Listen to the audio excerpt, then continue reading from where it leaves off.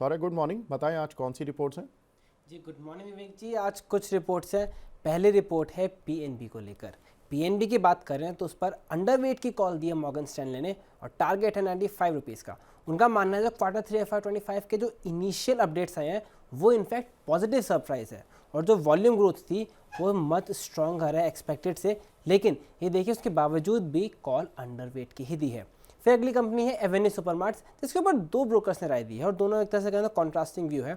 अगर हम CLSA की बात करें तो उन्होंने आउट परफॉर्म की कॉल दी है। टारगेट है 5360 का, जिसमें उन्होंने माना है कि जो स्टैंड अलोन रेवेन्यूज थे वो एस्टीमेट्स के ऊपर आए हैं।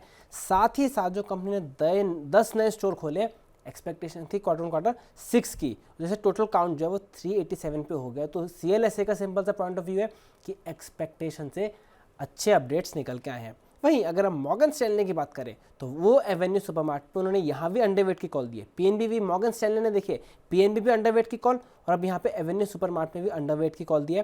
टारगेट है 3702 का। उन्होंने भी माना है कि जो स्टैंड अलोन रेवेन्यूज रहे हैं वो एस्टीमेट से ऊपर रहे हैं और जो टॉप लाइन ग्रोथ रही है वो एवरेज 12% का इंक्रीज हुआ है स्टोर काउंट में और सेम सेल्स ग्रोथ में। लेकिन उनको ने माना है कि जो बिलो हिस्टोरिकल एवरेज है वो 20% रहा है, इस वजह से जो है ग्रोथ कम रही है। ऑल्दो क्वार्टर क्वार्टर सही रही है लेकिन हिस्टोरिकल एवरेज से नीचे है 20% के, तो ये एक मेजर रीज़न है जिस वजह से मॉर्गन स्टैनले ने अंडरवेट की कॉल दी है। लेकिन CLSA काफ़ी ज़्यादा बुलिश नजर आ रहा है एवेन्यू सुपरमार्ट्स पे। उसके बाद बात करें तो HSBC ने राय दी है PI इंडस्ट्रीज़ पे। उन्होंने होल्ड की कॉल दी है लेकिन टारगेट को कट किया है, 4000 से कट करके करा है 3800 का। और उन्होंने माना है जो पायरोफ्लक्साफिन होती है उसमें कुछ डिफिकल्ट टाइम चल रहे हैं, जिस वजह से जो एक्सपोर्ट में ग्रोथ प्रोस्पेक्ट्स है वहाँ दिक्कत आने को दिख सकती है। और उन्होंने कहा है कि जो एक्सपोर्ट्स हैं वो ऑलरेडी वीकनेस रिफ्लेक्ट कर रहे हैं, तो यानी PI इंडस्ट्रीज़ में एक्सपोर्ट्स को लेकर कंसर्न है, जिस वजह से टारगेट को कट किया गया है। बिल्कुल, तो 4 कॉल जहां पर कि PNB underweight despite the fact कि उसके डेटा अच्छे आए हैं। मॉर्गन स्टैनले खुद भी मानते हैं कि डेटा अच्छे हैं, लेकिन उसके बावजूद अंडरवेट रेटिंग दी है। रेटिंग शायद बढ़ाने में टाइम लेते हैं कई बार विदेशी ब्रोकरेज हाउसेज। एवेन्यू सुपरमार्ट्स पर 2 रिपोर्ट्स जो कि कॉन्ट्रास्टिंग रिपोर्ट हैं, एक बोल रहे हैं अंडरवेट, एक बोल रहे हैं आउट परफॉर्म। हालांकि आज तो आउट परफॉर्म ही कर रहा है, 5360 का टारगेट CLSA ने दिया है और आज काउंट करीब 10-12% ऊपर भी है। जबकि मॉर्गन स्टैनले ने 3702 रुपये के टारगेट के लिए इसको अंडरवेट रेटिंग दी है। PI इंडस्ट्री यहाँ पर HSBC की राय है 3800 रुपये के लिए टारगेट के लिए होल्ड करने की।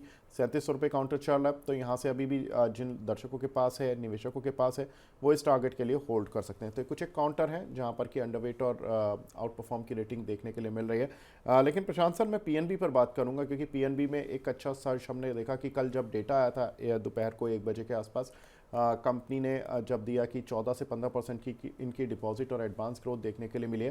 काउंटर थोड़ा सा सर्च करता हुआ दिखाई दिया। आपको क्या लग रहा है सर, इस Q3 में कहां तक जा सकता है?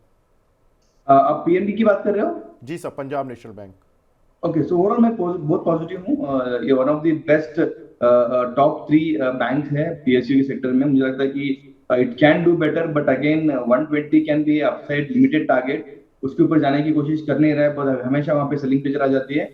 Fundamentally yes, there are lot of changes, उनके निम्स मार्जिन ग्रोथ हो रहे हैं। मुझे लगता है क्रेडिट का जो ग्रोथ है, क्रेडिट कार्ड ग्रोथ का, उसको भी आ रहा है। डिपॉजिट ग्रोथ भी स्लो एंड स्लो, बहुत स्लोली ग्रोथ हो रहा है। ओवरऑल फंडामेंटल लॉन्ग टर्म के हिसाब से पॉजिटिव हूं, but again upside is very limited. जी सर, एवेन्यू सुपरमार्ट आप किस साइड जाएंगे, बियरिश साइड पर या बुलिश साइड पर? काउंटर तो आज बुलिश है।